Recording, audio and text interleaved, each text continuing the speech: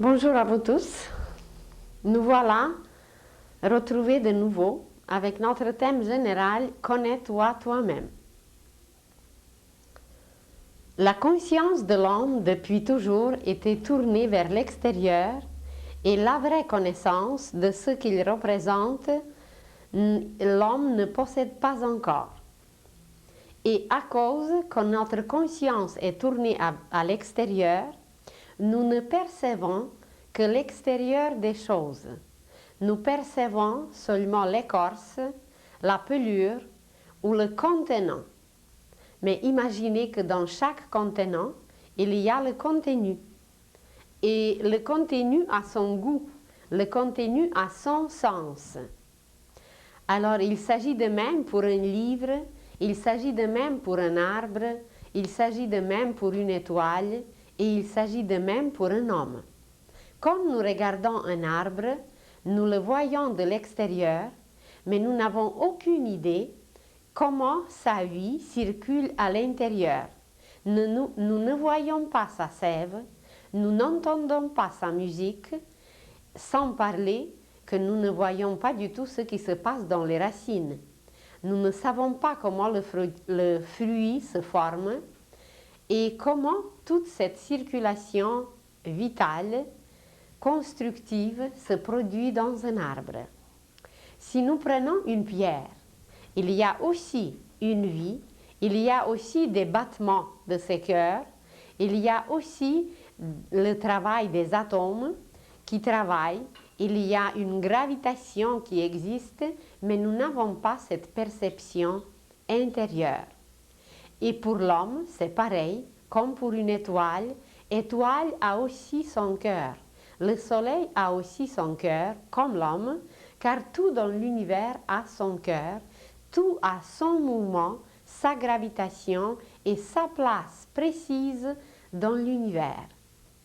Et nous nous retrouvons présentement dans une période où la Terre entre dans un autre mouvement, où la Terre, dans son rythme gravitationnel, va pénétrer tout à fait une autre sphère, une sphère nouvelle qui exigera et d'elle-même et de nous tout à fait un nouveau rythme. Et ce nouveau rythme nous permettra de pénétrer dans le contenu des choses. Un enfant qui regarde un œuf, il ne sait pas comment cet œuf est composé. Alors, tandis que nous, bien, on sait qu'il y a un germe de vie, qu'il y a le jaune, qu'il y a le blanc, qu'il y a une petite pelure très mince, très fine, et par la suite la coquille. L'enfant ne voit que la coquille. Et dans notre conscience, nous ne voyons que la coquille des choses, nous ne pénétrons pas à l'intérieur. La science, avec toutes ces merveilleuses découvertes, nous a permis, dans quelques petits cas, de voir, de disséquer, de couper, anatomiquement, scientifiquement, médicalement, mais même ce que nous analysons, ce n'est plus vivant, c'est mort. La vie est partie. Quand un arbre est coupé, nous pouvons voir comment il est composé dedans, mais la vie ne circule plus dedans. Alors nous n'avons pas la possibilité d'analyser, de voir, de synthétiser la vie. Elle est possible d'être analysée, synthétisée seulement par une perception intérieure. Donc nous nous dirigeons présentement pour connaître le contenu des choses. Vous prenez un livre quelconque, sans parler des grands livres de l'histoire humaine, comme la Kabbale, comme le Talmud, comme la Bible, ces vraies valeurs, ils ont aussi, ces livres, ils ont aussi leur coquille, leur côté complètement extérieur, ils ont leur contenu et ils ont leur sens. Et quand nous lisons un tel livre comme la Bible, comme les Écritures saintes, quelconques, les Védas, les Puranas, les Écritures arabes ou autres, nous ne percevons que le côté complètement extérieur, car la plupart de ces livres sacrés étaient écrits en langue sacrée. et nous avons complètement perdu ce sens sacré dans notre langage, alors nous ne pouvons pas percevoir le vrai contenu de ces valeurs, de ces livres. Par exemple, nous lisons dans les évangiles, en vérité, je te le dis, si vous ne mourrez pas, vous ne naîtrez pas, disait Jésus à Nicodème. Alors comment comprendre cette phrase? Ou un autre texte d'évangile qui nous décrit la situation suivante. Jésus, ayant appris que Jean avait été livré, se retira dans la Galilée. Et les disciples demandent à Jésus, « Pourquoi les scribes disent-ils qu'Élie doit venir premièrement ?» Et Jésus répond, « Il est vrai qu'Élie doit venir et établir toutes choses, mais je vous dis qu'Élie est déjà venu, qu'ils ne l'ont pas reconnu et qu'ils l'ont traité comme ils l'ont voulu. » Les textes expliquent, les disciples comprirent qu'il parlait de Jean-Baptiste. Alors, c'était évident que Jean-Baptiste était la réincarnation d'Élie.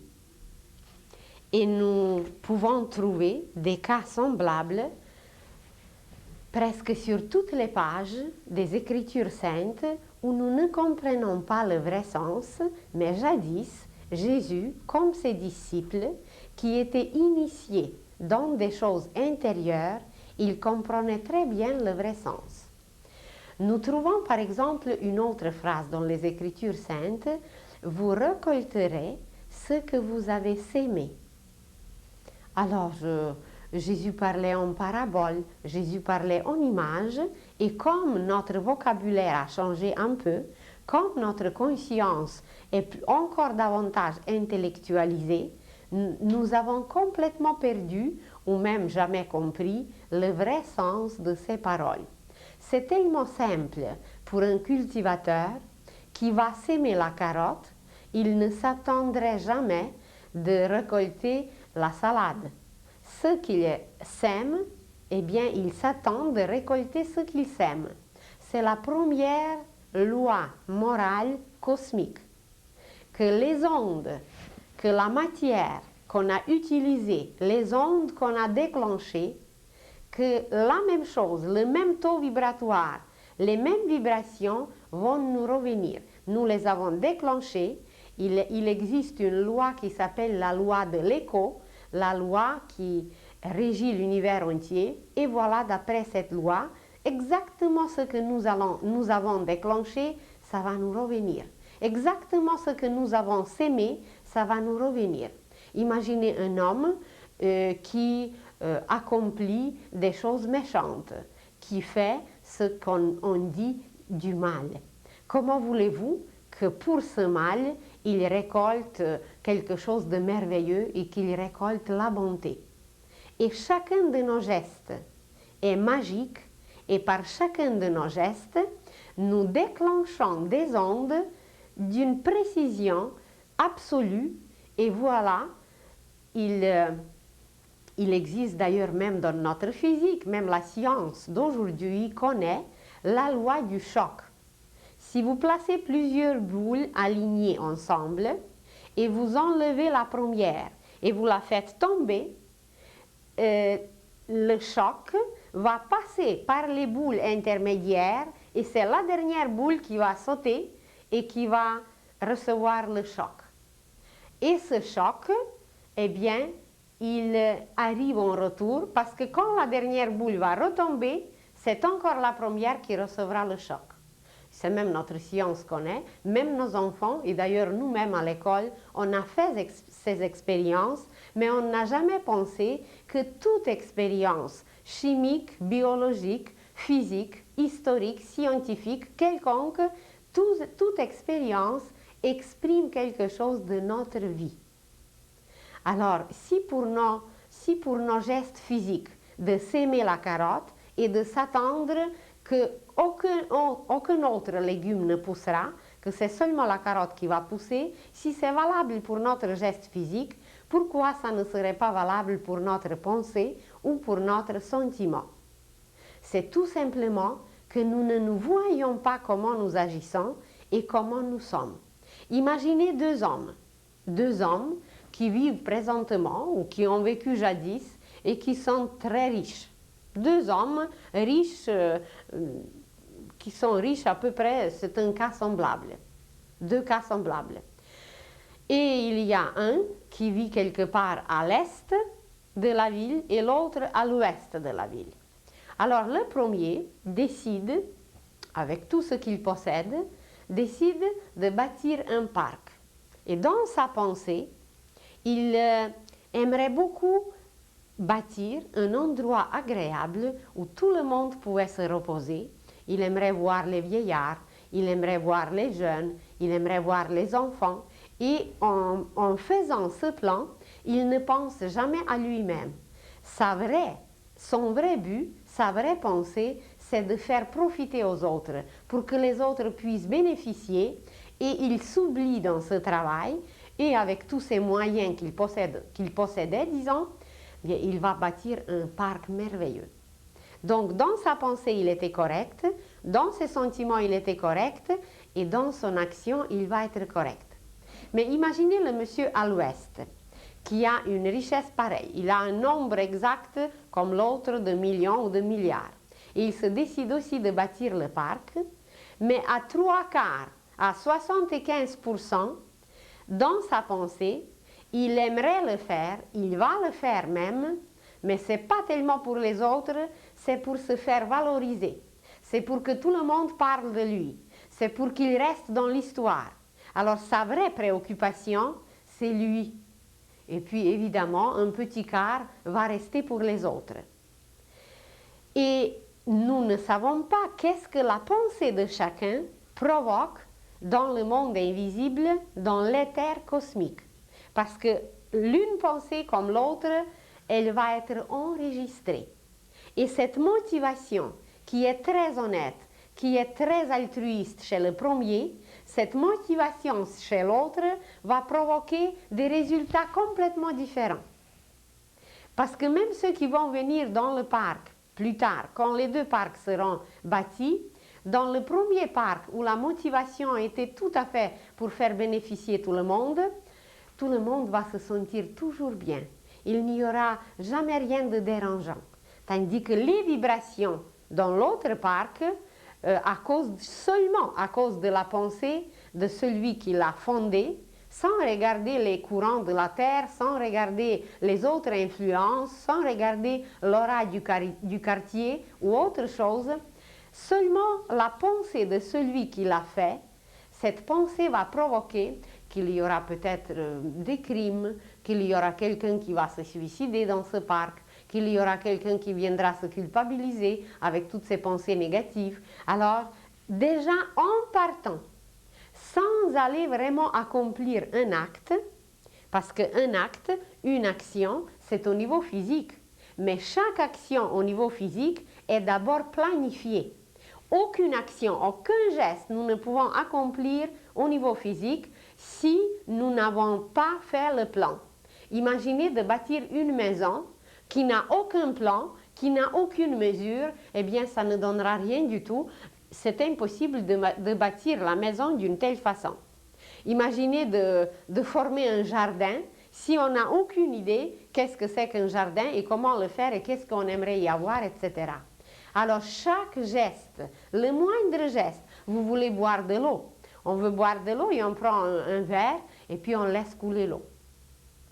On veut manger, on veut aller se promener, on veut aller faire des courses, tout ce qu'on va faire, c'est d'abord planifié dans la pensée. Et si le plan est déjà en partant déformé, imaginez à quel point l'action va être déformée. Alors, l'exemple des deux messieurs nous démontre qu'en partant, sans avoir accompli l'action, sans qu'elle devienne visible, déjà cette motivation, cette honnêteté intérieure, ce côté moral qui n'est pas du tout visible, c'est déjà enregistré, c'est déjà marqué quelque part, écrit quelque part dans l'éther cosmique. Et qu'est-ce que ça va produire plus tard? Eh bien, imaginez que le premier monsieur qui a fait profiter tout ce monde qui n'était même pas connu. Personne ne savait qui a fait ce parc. Mais il va revenir dans une autre vie. Et dans une autre vie, bien, il sera quelqu'un, un homme peut-être encore plus célèbre, encore plus riche, qui va faire des œuvres pacifiques, des œuvres humanitaires, et il va se faire applaudir par tout ce monde qui a profité de son parc et même par les autres. Tandis que l'autre, qui était dans sa motivation un peu trop tournée vers lui-même, qui était dans sa motivation trop fermée par lui-même, qui voulait se faire connaître, il va aussi revenir. Il va être peut-être à la même hauteur que l'autre. Disons, les deux vont travailler dans le gouvernement. Mais à un certain moment de sa carrière, l'autre, il va être accusé de fraude, ou il va être accusé de quelque chose d'autre, et voilà, ce qu'il a déformé jadis, ce qu'il a trop comprimé jadis à cause de lui-même, de sa propre personnalité, tout ça va sortir et tout le monde soit au courant, bien qu'il n'était pas toujours honnête, qu'il n'agissait pas toujours comme il faut, et même s'il voulait s'aimer, il voulait tout garder pour lui. Et l'action n'est pas descendue, cette motivation, elle n'était pas visible jadis, ça restait au niveau de la pensée. Alors, aujourd'hui, nous utilisons un langage un peu spécial. Ce n'est plus un langage comme on a utilisé il y a 2000 ans. Jésus parlait en parabole, on nous expliquait par les images, même les Écritures saintes expliquaient tout comme pour les enfants, parce que notre conscience était enfantine. Mais comme aujourd'hui, on connaît nous un peu les mots scientifiques, les mots exotiques, alors on prend souvent les mots qui sont utilisés par les Écritures saintes hindoues. Et voilà, le mot action, qui est un mot le plus simple, le plus compréhensible, dans un certain langage, aujourd'hui, dans certaines écoles, on n'utilise pas le mot action, mais au lieu de dire action, on dit karma. Et karma, ce n'est rien d'autre qu'une action. De semer la carotte, c'est une action. Mais quand on a semé la carotte, il faut s'attendre que c'est la carotte qui poussera. Ça veut dire quand on fait du bien, il faut s'attendre qu'on recevra le bien. Mais quand on fait le crime, quand on accomplit quelque chose qui déforme la lumière divine, qui détruit, eh bien, il faut s'attendre absolument à la même chose. Car c'est peser sur la balance divine avec une exactitude absolue. Et nous recevons seulement ce que nous méritons. Et quand l'humanité connaîtra seulement ces deux lois, la loi de la réincarnation et la loi du karma, ou la loi de l'action en retour, du choc en retour, tous les problèmes seront résolus, car l'homme deviendra conscient de ses actes, de ses actions, et il va devenir son propre cultivateur, et il saura que ce qu'il a sémé, c'est ça qu'il va ramasser, c'est ça qu'il va récolter. Et on ne peut plus maintenant aujourd'hui s'excuser qu'on ne nous a jamais parlé de ça, parce que Jésus l'a très bien expliqué, même en images, mais on n'a jamais cru et on n'a jamais voulu comprendre. Et aujourd'hui, on continue à s'obstiner à cela, même si nous voyons chaque année de tomber les feuilles d'un arbre. Ça veut dire la réincarnation des feuilles. Ça veut dire que la vie retourne dans la chair. C'est rien d'autre. C'est seulement retourner de nouveau dans la chair pour former un fruit. Eh bien, nous continuons à nous obstiner, mais malgré ça, les lois cosmiques sont là, les lois universelles agissent. Imaginez un enfant qui va dire ben, « moi, je ne suis pas d'accord que j'ai un cœur ». Ben, il ne pourrait même pas prononcer un nom, ni faire un mot, ni faire un pas, ni faire une respiration s'il n'avait pas de cœur. Alors, dans notre vision extérieure, dans cette compréhension limitée, dans cette conscience trop étroite, nous continuons à s'obstiner aux lois cosmiques qui sont depuis toujours là, et nous continuons à être malheureux et à être tels que nous sommes, au lieu de s'ouvrir, d'accepter et d'agir autrement d'arranger la vie au lieu de la déranger, de l'organiser au lieu de la désorganiser. Et d'ailleurs, tout est là, c'est rien de nouveau. Il n'y a rien de nouveau que nous pouvons apprendre, c'est une répétition avec un autre vocabulaire qui a changé un peu, parce que tout a changé un peu. Alors, la loi des cycles, la loi des saisons, la loi de revenir dans la chair pour retirer la qualité, pour produire toujours des meilleurs et des meilleurs fruits, c'est une des lois.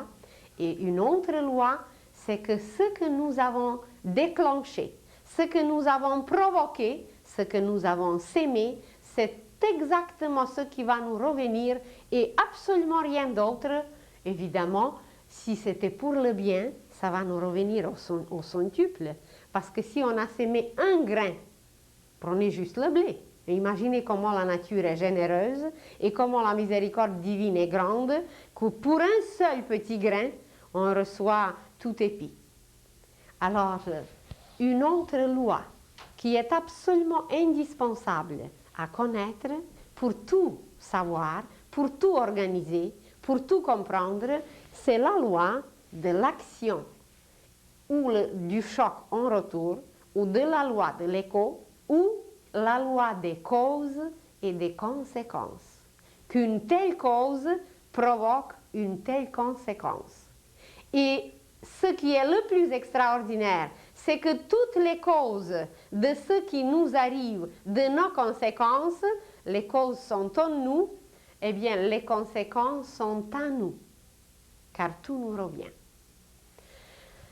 La petite image que vous voyez ici, eh bien, on va utiliser ce langage d'aujourd'hui, au lieu de dire toute une phrase, la loi des causes et des conséquences, nous allons nous dire tout simplement le karma.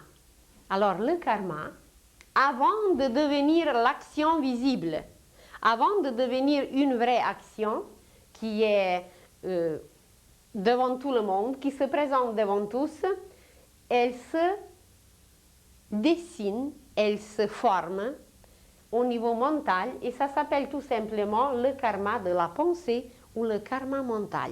Les deux messieurs n'étaient pas visibles pour tout le monde, personne ne savait comment ils pensaient. Personne au monde ne savait, mais c'était inscrit quelque part et selon la valeur de cette pensée, selon la motivation, leur motivation, alors d'après cette motivation, ils reçoivent par la suite en retour ce qu'ils ont émis, ce qu'ils ont déclenché.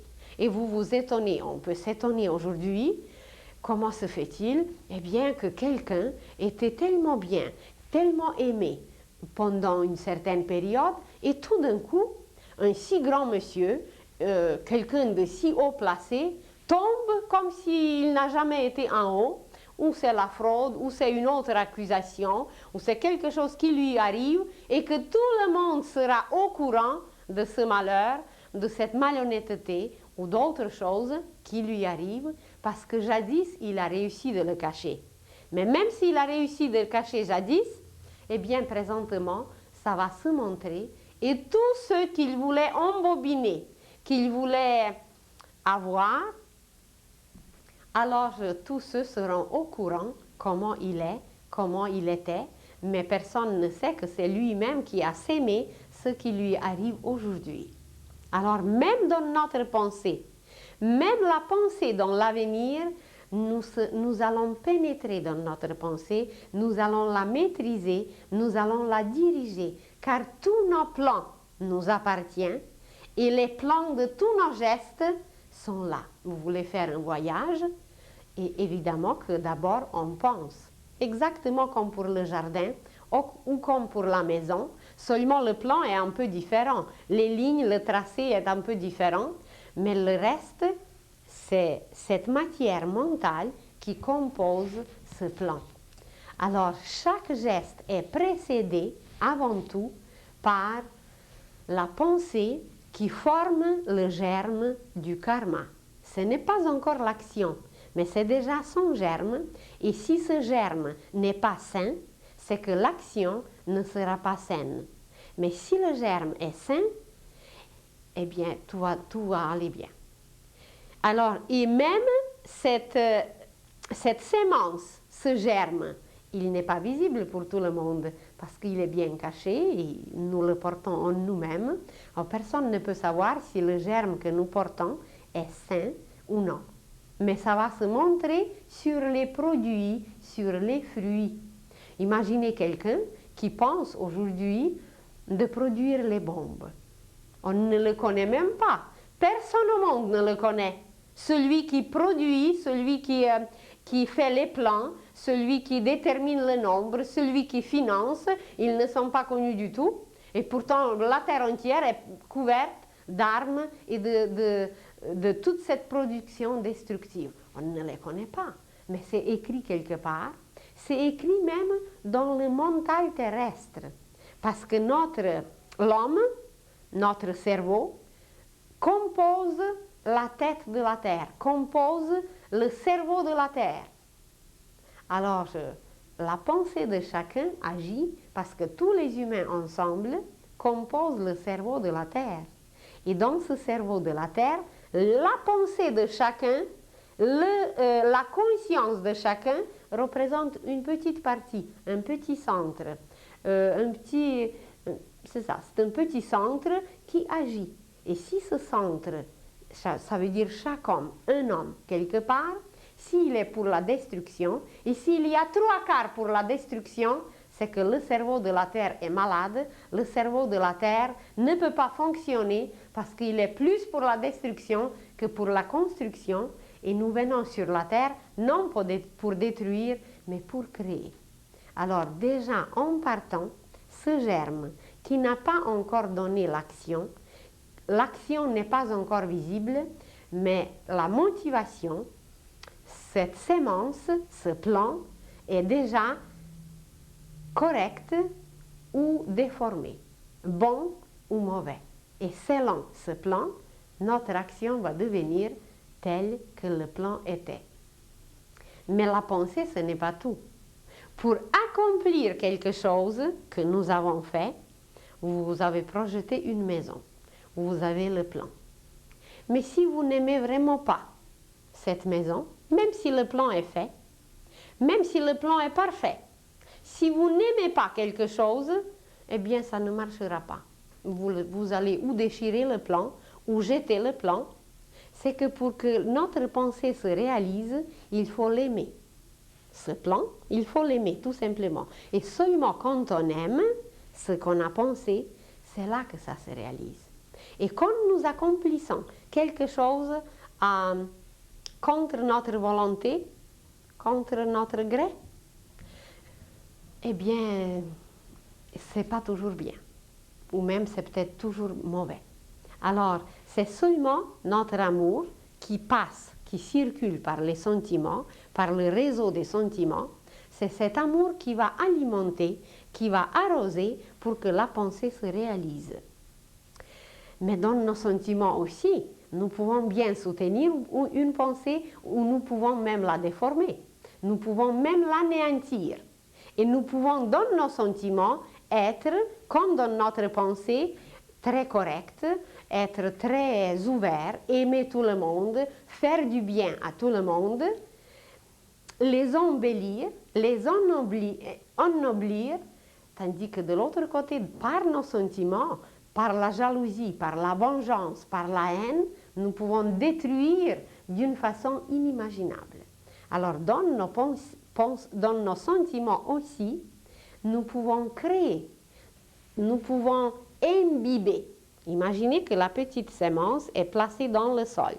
Et le travail qui commence, c'est que cette petite sémence commence à attirer les minéraux, les sels, l'humidité, les eaux, etc., etc. Et les sentiments, c'est leur travail d'imbiber la sémence pour qu'elle éclate.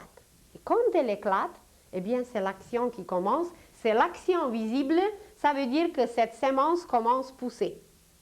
Alors, quand elle commence à pousser, c'est l'action visible, mais avant qu'elle puisse pousser, ben, il faut qu'elle soit remplie de vie, qu'elle soit remplie d'éléments nécessaires.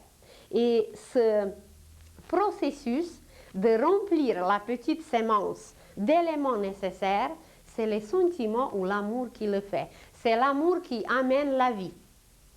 Alors, dans nos sentiments, nous accomplissons un travail intermédiaire, mais un travail absolument indispensable pour que toute œuvre, pour que toute pensée puisse se réaliser. Si la pensée reste sèche, si la pensée n'a reçu aucun minéral, aucun soutien, aucun aliment des sentiments, bien, elle ne se réalisera jamais. Alors, c'est les sentiments qui la soutiennent, c'est les sentiments qui la vivifient, qui lui amènent tous les éléments nécessaires pour que cette petite sémence puisse éclore, pousser, croître, et c'est là que l'action visible commence. Imaginez un curé. Ça fait déjà très longtemps qu'il était sur la terre. Et ce curé, vous savez comment ça marche. La nature humaine, elle est là. Mais malgré cette nature, bien, il était décidé parce que sa mère voulait, parce que la famille voulait qu'il devienne un curé. Et alors, il a donné les vœux comme ça, il a donné les vœux comme ça, les vœux de célibat et d'autres vœux. Tout ce qu'il fallait, qu'on exigeait de lui, il l'a accompli bien. Mais il était encore assez jeune, il était peu expérimenté, et voilà, la vie continue, et c'était quand même un homme très fort, un homme très viril, un homme très vigoureux, un homme très correct. Eh bien, il parlait, il prêchait, il faisait tout ce qu'il fallait, mais dans ses sentiments. Comme c'est quand même une vie particulière, même s'il a décidé de bon cœur, même s'il voulait faire toujours bien, devant tout le monde, devant le village entier, c'était un homme très correct. Il n'a jamais rien transgressé, il n'a jamais rien commis, et tout le monde l'aimait, et il était très bien. Mais dans ses sentiments, bien, comme la nature humaine est là, il a commencé à un certain moment de désirer trop certaines femmes. Vous savez comment c'était jadis. Alors, il y a les femmes qui viennent à l'église, les femmes qui viennent se confesser, d'autres qui viennent se consoler, etc., etc. Et voilà, petit à petit, dans ses sentiments, il désirait les femmes de plus en plus, et un nombre de plus en plus grandissant. Alors, c'est comme s'il prenait quelque chose qui ne lui appartenait pas. Parce que dans ses sentiments, il nourrissait les désirs. Et on ne connaît pas comment il passait ses nuits. Peut-être ça l'empêchait même de dormir. Quand la femme qu'il désirait dormait, alors c'est qu'il l'empêchait de faire un autre travail qu'elle devait faire au niveau astral, sentimental. Alors comme personne ne le savait, il passait pour un prêtre tout à fait correct. Mais ces désirs exagérés, ces désirs qui étaient trop personnels, c'est qu'en réalité, il enlevait les femmes aux autres, juste sur un plan. Il n'accomplissait pas le geste, il n'allait pas le faire physiquement, mais dans ses désirs, il le faisait. Alors cette exagération, elle va se manifester une autre fois, parce qu'il a fait quelque chose qu'il ne fallait pas. Ce n'était pas visible, mais c'était juste au niveau des sentiments.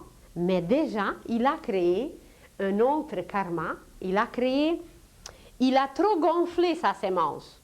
Il avait sa sémence de prêcher la parole divine, de servir l'Église comme il faut, mais il a tellement gonflé que sa sémence est devenue trop humide.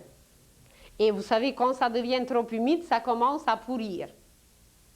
Alors, quand ça commence à pourrir, eh bien, ça ne peut pas donner une plante, une pousse en bonne santé.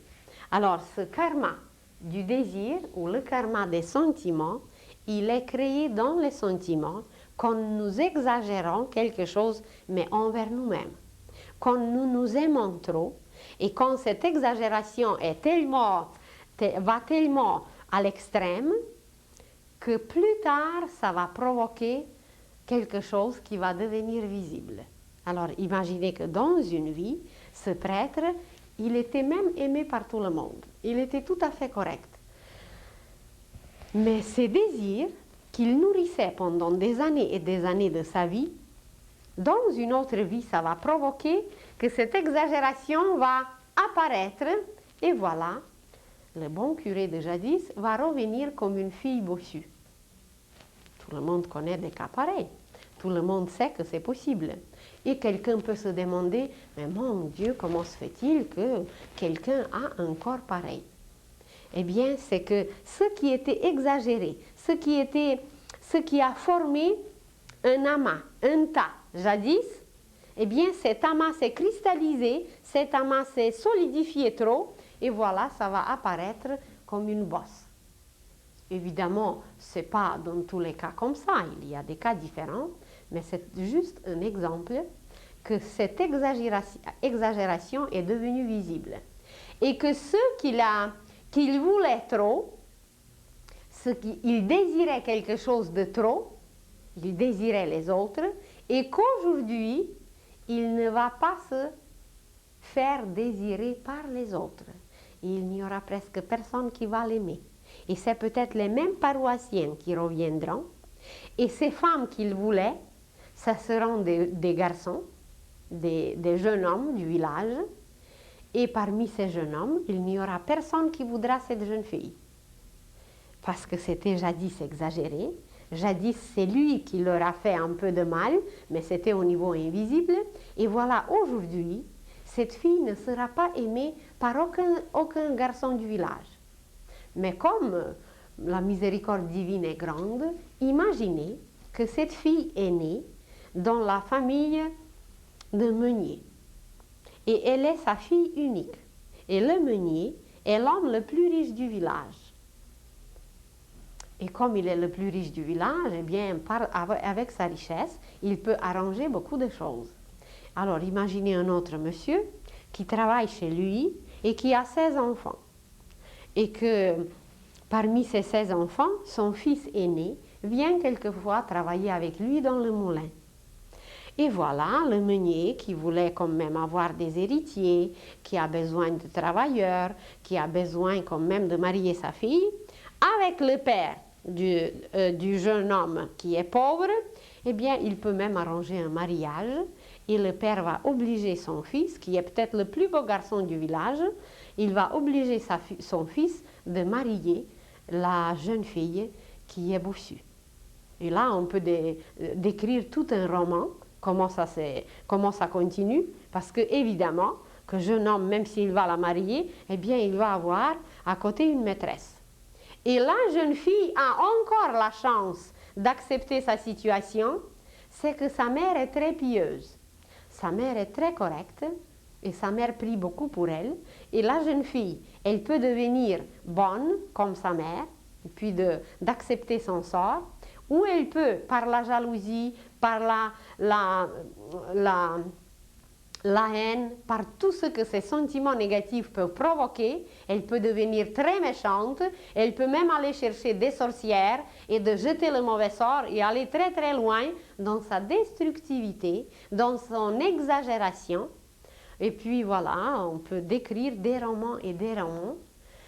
Et ce sont des faits très véridiques, ce sont des faits qu'on a sémés nous-mêmes, qu'on a provoqués nous-mêmes, qu'on a engendré nous-mêmes.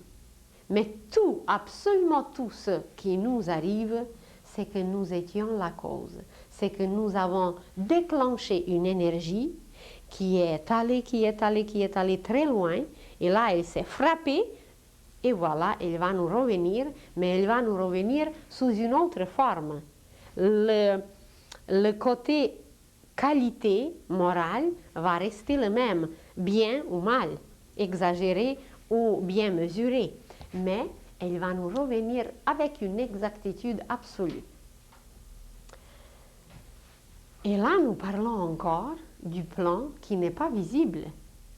Le curé n'a rien fait, personne ne sait pourquoi la jeune fille est bossue, on ne voit pas la cause. Et il y a pour chaque être humain, les causes de tout ce qui nous arrive sont quelquefois très très lointaines. Imaginez, je rencontre une jeune fille qui est la fille d'un médecin. La fille d'aujourd'hui, une fille moderne, une fille étudiante, une fille ravissante. Et la fille est extrêmement malheureuse. On lui a parlé un peu qu'il y a des choses qu'on peut voir. Elle croit un peu que le passé existe. Elle croit un peu à certaines choses, mais elle n'est pas trop éclairée, mais elle se sent malheureuse et elle cherche d'être éclairée. Et elle vient. Et elle commence, elle dit, il faut que je vous explique ma situation. J'ai parlé au curé, j'ai parlé au psychanalyste, au psychothérapeute, à toutes sortes de psy. Et puis elle dit, personne ne peut m'éclairer et m'expliquer pourquoi je suis dans la situation telle qu'elle est. Alors, je l'écoute. Et puis elle raconte qu'une seule fois dans sa vie, elle a fait du stop. Je ne sais pas pour quelle raison. Et qu'une seule fois, elle était amenée comme ça en voiture par deux garçons et qu'en route, ils l'ont violée. Et qu'elle n'a jamais accepté ça et qu'elle est tombée enceinte et que ses parents ont très bien accepté tout ça et qu'ils étaient même heureux, que le bébé est extraordinaire, que c'est déjà une petite fille, mais qu'elle n'a jamais accepté ça. Comment à elle, à une fille de médecin, à une étudiante, à une fille ravissante, comment une affaire pareille a pu arriver? Et alors on regarde un peu d'où ça vient. Et dans une vie passée, 5e, 6e siècle après Jésus-Christ, elle était un soldat dans l'armée de Genghis Khan. Je ne sais pas si vous avez entendu parler, c'était un grand guerrier mongol qui a passé avec son armée presque toute l'Europe et qui a fait, qui a fait énormément de mal car ces soldats étaient connus comme très durs, comme très drastiques. Et ils ravageaient tout sur leur chemin. Et en plus, jadis, il fallait faire le service militaire pendant 25 ans. Et alors, cette fille, qui était un officier très brave, qui était un officier extraordinaire, comme elle était déjà depuis longtemps au service, comme c'était dur dans l'armée, alors une fois, il passe par un village. Et dans ce village, il entre dans une petite maisonnette où il y avait une belle jeune femme, un petit bébé, quelque part dans le berceau, et il y avait son mari qui était un peu déjà vieux, qui était un peu, chez nous on dit comme un vieux champignon, mais ça ne fait rien, il était là et puis il était un peu malade. Alors le jeune officier attache le mari auprès d'un poteau quelque part, il viole la femme et il tue l'enfant pour montrer comment il était courageux, comment il était comme un bon soldat. Et alors les siècles passent et le soldat a pu passer ailleurs d'autres vies, mais il n'a pas réglé ce qu'il a accompli jadis. Et voilà, le soldat revient aujourd'hui, il a fait quand même des bonnes choses ailleurs, qui lui ont permis de revenir dans les conditions très favorables, que ses parents sont suffisamment riches, qu'il peut étudier aujourd'hui et que les parents acceptent l'enfant, tout est bien arrangé. Mais la fille elle-même n'accepte pas la situation dans laquelle elle se trouve. Et alors, d'abord elle était surprise, mais par la suite, elle était même je sais pas, agréablement étonnée qu'en réalité c'est elle qui est capable d'arranger tout, que c'est elle qui est la cause de tout. Et puis elle dit c'est presque incroyable. Je dis c'est très bien que vous dites que c'est presque incroyable, parce que c'est croyable. Et voilà, petit à petit, je l'ai revue par la suite, et puis elle a très bien accepté tout ça. Quelqu'un peut être même choqué. C'est pour ça que l'intelligence cosmique ne nous permet pas aujourd'hui de voir encore nos vies passées. Parce que si vous le saviez seulement qu'est-ce qu'on a fait dans le passé, des coups, de toutes sortes de coups, de toutes sortes de choses, et qu'aujourd'hui, surtout dans cette vie, nous avons énormément de dettes de payer.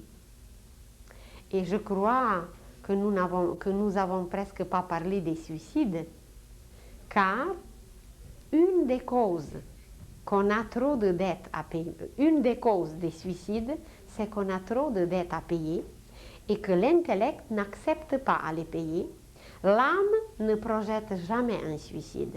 C'est absolument impossible et elle projette seulement ce qu'elle peut supporter.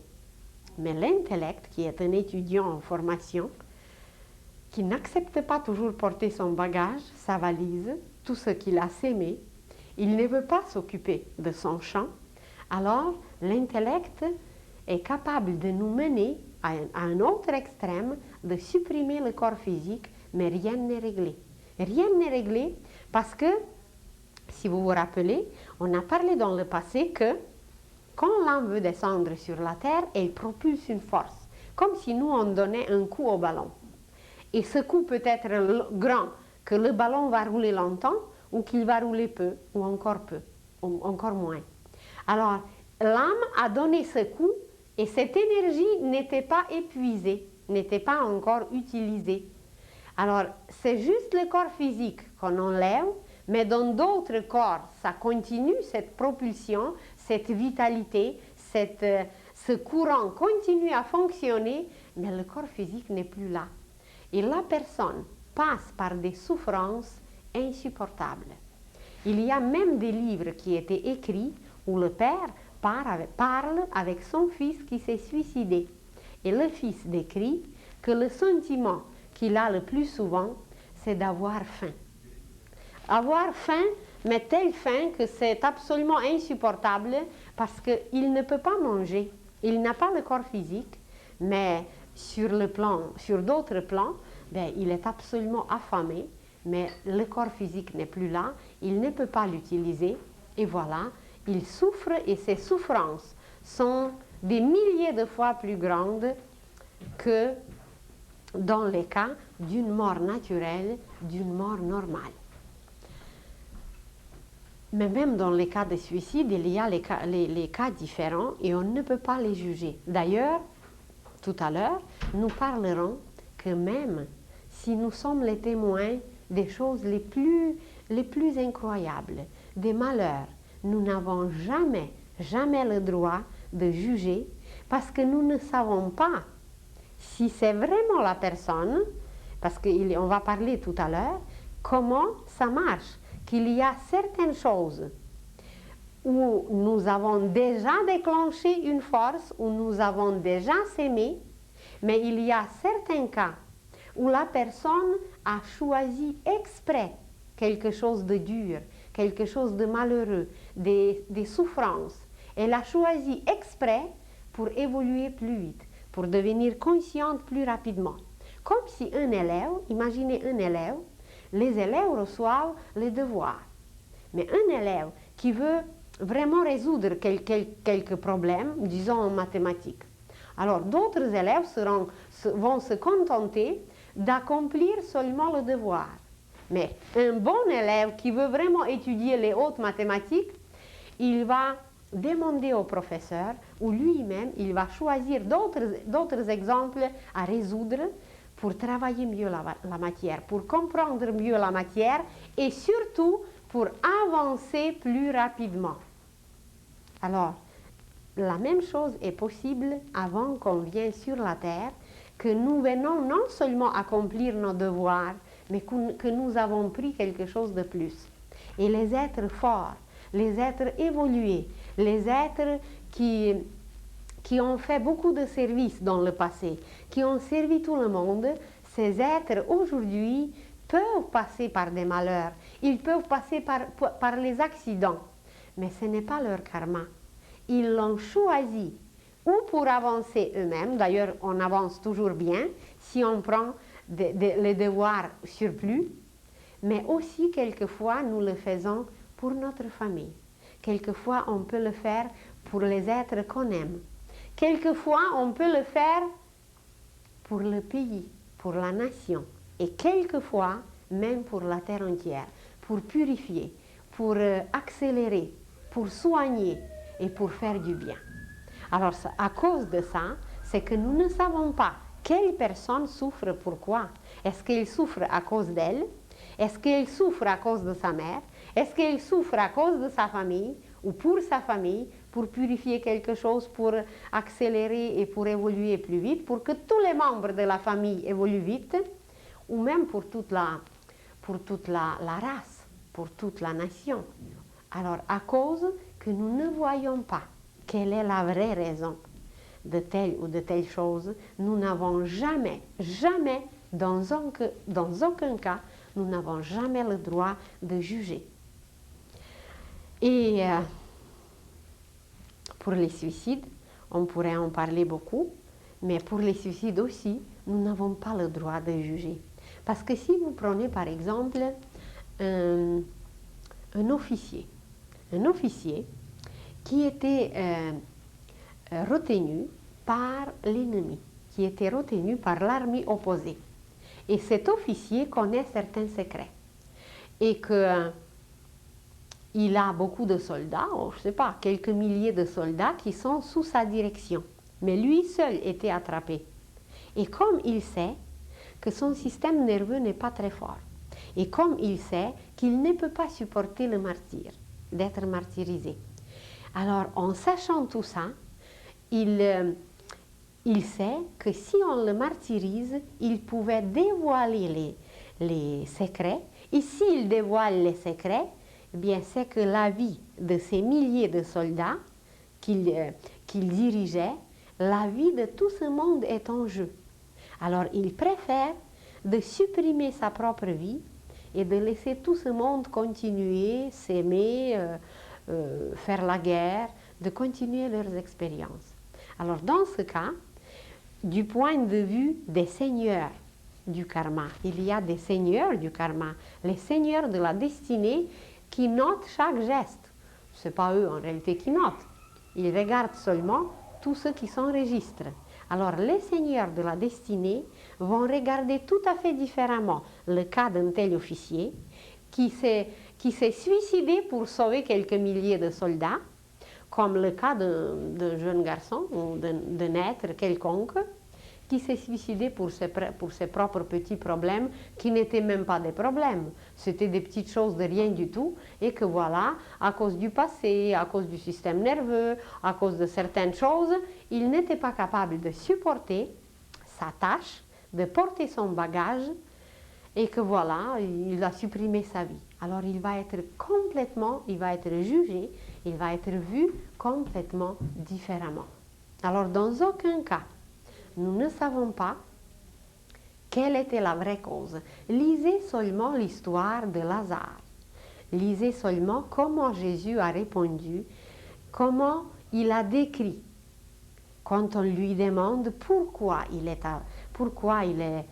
aveugle, pourquoi c'est comme ça. Alors il répond que c'est ni à cause de lui, ni à cause de ses parents. On lui a demandé directement, est-ce que c'est à cause de lui-même ou à cause des parents? Et voyez, on a même utilisé le mot « à cause », parce que c'est la loi des causes et des effets. Alors on demandait pourquoi l'effet est ainsi. Alors il disait, ce n'est ni à cause de lui, ni à cause de ses parents, c'est pour la gloire de Dieu.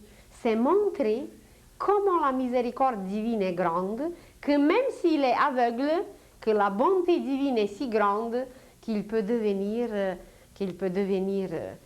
voyant, qu'il peut devenir comme il faut, parce que la bonté divine peut tout. Alors c'est juste pour démontrer comment les lois cosmiques sont véridiques et comment cette bonté divine est extraordinaire. Alors là, nous nous sommes arrêtés seulement sur la préparation du karma. Nous ne sommes pas encore rendus à l'acte même. Mais même là, quand l'acte apparaît, eh bien, c'est le karma de l'action ou le karma physique et c'est le troisième plan où l'action apparaît. Et dans ce cas, alors, il y a le karma de la pensée ou mentale, le karma du désir ou sentimental et le karma de l'action ou physique. Donc, quand l'action se prépare, elle est dans son plan, elle est dans sa formation. Ensuite, cette petite sémence, ce petit plan est nourri par les sentiments, alimenté, soutenu, arroser, ou on peut aussi exagérer, et la petite sémence, la pensée qui était bonne, elle peut pourrir, elle peut moisir, si les sentiments exagèrent. Ou elle peut se dessécher aussi, si les sentiments ne soutiennent et n'alimentent pas assez cette pensée. Et seulement par la suite, l'action devient visible, et c'est là qu'on crée vraiment, qu'on sème, et que voilà, ensuite on récolte ce qu'on a sémé. Et même peut-être prochainement, on pourrait encore mentionner davantage et s'arrêter davantage sur les suicides, comment ça marche, pourquoi c'est ainsi aujourd'hui.